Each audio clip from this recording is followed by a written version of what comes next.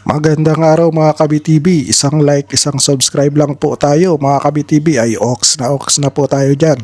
Nako po mga Kabi-TV, parang hindi umaakma talaga ang sinasabi ng ating gobyerno na di umano'y bumaba at ligtas daw po sa Pilipinas ngayon at bumaba ang kriminalidad.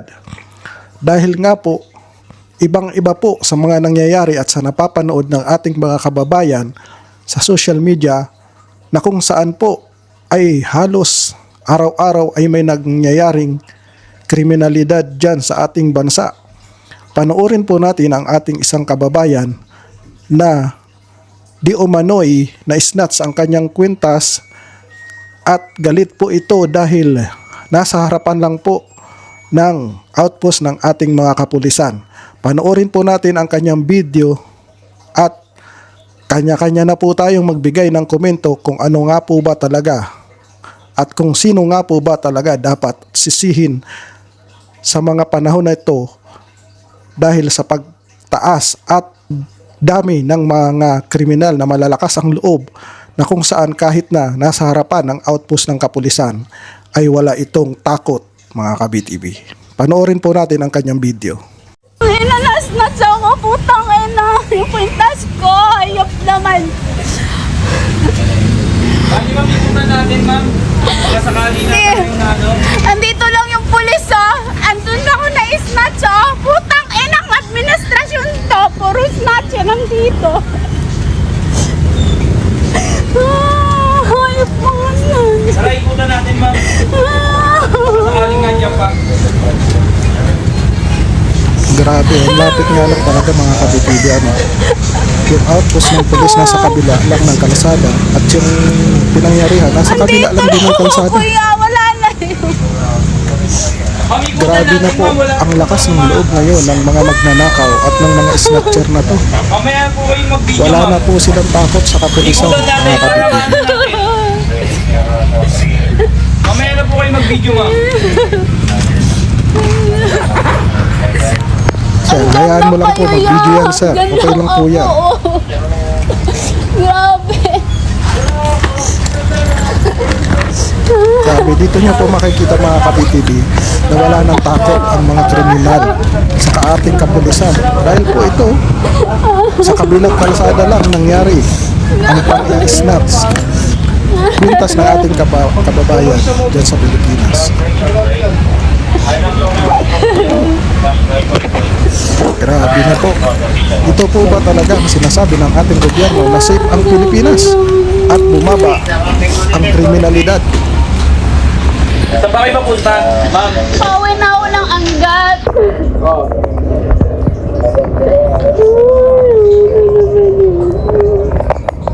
Pauwi na ako ng anggat. Nakikisabay lang ako ng bata. Yung para makapayong ako. Tapos dyan lang ako talaga ako sa may tapat lang naman.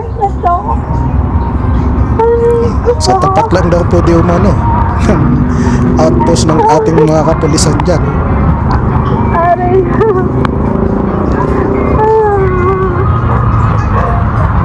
Grabe naman.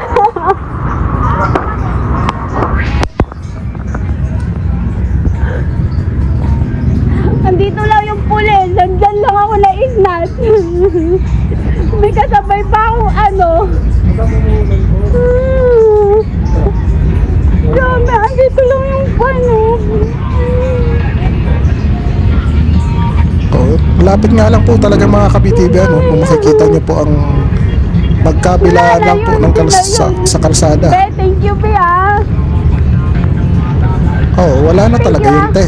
Ha? Wala na yun te. Hindi po natin mahanap yan. Ayan na po.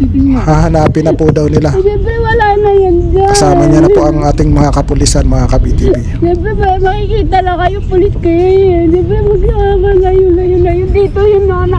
Oo. Tumawid yun doon. Tama, niya, tama si ate. Dito. Oh, tama si ate. Wala na talaga yun kasi Grabe to. Nakita niya talaga yun.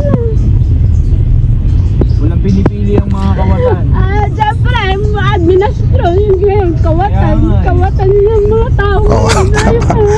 Wala pinipili na ang kawatan ngayon kasi ang mismong administrasyon ay mga kawatan. Mga ilan Tama ka dyan, te, sa sinabi mo. Mga 38, 39, gano'n. Ang pangit. Isipin mo, 38, 39. Yung 5 feet, 5 snatcher. Sa hirap po ng panahon talaga dyan sa Pilipinas ay wala tayong Tayo ha. magagawa dyan, te. Pauwi na. Hindi na natatakot sa ating kapulisan, te, ang mga kawatan.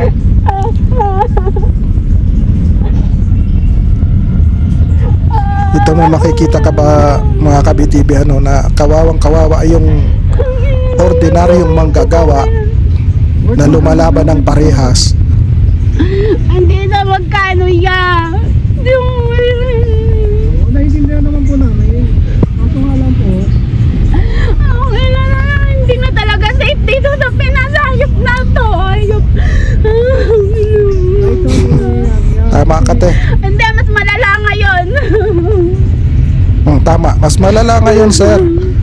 Huwag ka... turn lang po muna tayo. Dito tayo sa kabila. Grabe. Nasa bungad lang yung mga pulis pero wala. Doon kami pa po ang sinisisi nyo. Hindi kayo. Andun na yung ano. Dapat ano kayo eh. Dapat andun lang yung house niyo eh. Pulis ano niyo eh. Tingin-tingin kayo. Ang kawatan, kapag may nakita pong dapat makuha yan, Kaya nga, dapat kasi nag-display kayo. Kasi pag nakita, once kayo nandyan nakita kayo, di magtatangkamang ano yun. Hindi si porket nag-aala Hindi sa po ba mga nakita na tao. umuulan? Ay, grabe po ito. Ayop talaga. Andun naman po kami, nakasilong lang ah. Ay, lalayo to. Ang oras na, layo ko pa. Hanggat pa ako. Ay, Diyos ko po, Lord. ina-assist naman po kayo ma'am. Ay, grabe. Hindi din po, hindi po nangyayari ano yan. Kami din po ang binabantayan niya. Grabe, kawat.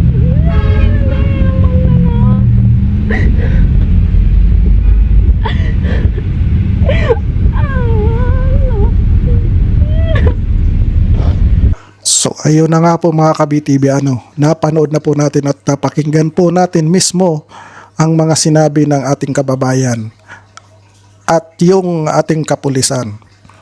Sabi nga po ng ating kababayan, talagang hindi na safe ang ating bansa ngayong panahon na to sa administrasyon ni BBM.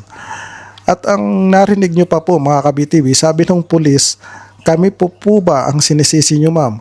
Hindi po, sabi naman ni ate. Hindi kayo, sir, ang sinisisi. Kaso, sabi naman ni ma'am, na kung nasa labas kayo, ay hindi sana mangyayari.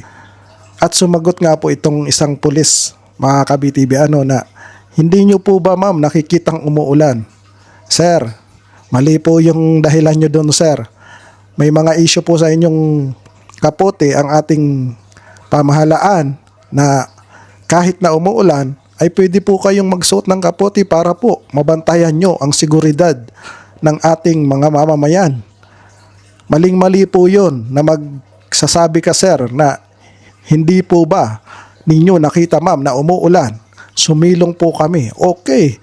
Nandun po yung isang outpost ninyo, yung parang bahay-bahay, sir. Nakita naman po sa video na may bubong yun, sir. Sana may isang pulis doon na naka-standby na nakikita po ng ating mga mamamayan.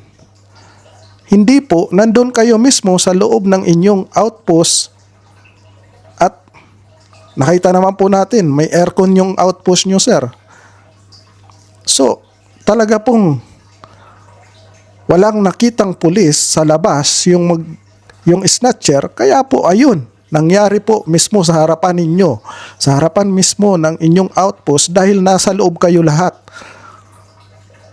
At ang idinadahilan nyo po, sir, ay umuulan. Mayroon po kayong guardhouse doon sa labas na may bubong. Dapat po may isa sa inyo na doon naka-standby. Hindi po kayo lahat doon nasa loob ng container outpost nyo. Kaya po, iginigit ni Madam na napakalapit lang po ng outpost nyo. Ngunit hindi natakot itong snatcher dahil nga po, sabi nga ng isang pulis, kung maririnig nyo po mga ka-BTV sa video, sila din daw po ang binabantayan yan. Alam nyo pala sir na kayo din ang binabantayan yan, dapat po hindi kayo lahat pumasok sa container outpost nyo, sir. Maling-mali po yung dahilan nyo, sir. Dahil po, ang trabaho nyo po ay bantayan ang seguridad ng mga mamamayang Pilipino. Mali po yung sasabihin nyo. Sumilong kayo dahil umuulan. Tapos narinig pa po natin mga ka-BTV, sa lahat daw ng panahon at sa lahat ng lugar may nangyayaring ganyan. Yun na nga po. Kaya nga po may mga kapulisan tayo para ma-prevent po ang ganyang mga kriminalidad na nangyayari dyan sa ating bansa.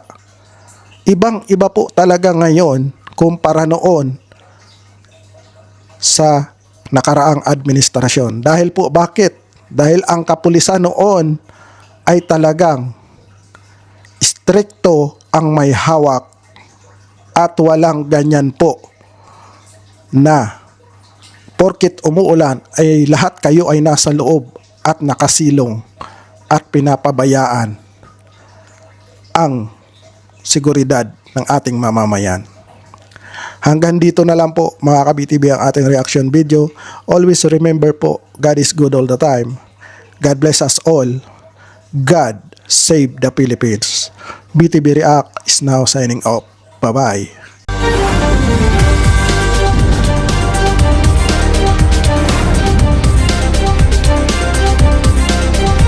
Thank you so much. BTV friends, please subscribe, like, comment and share.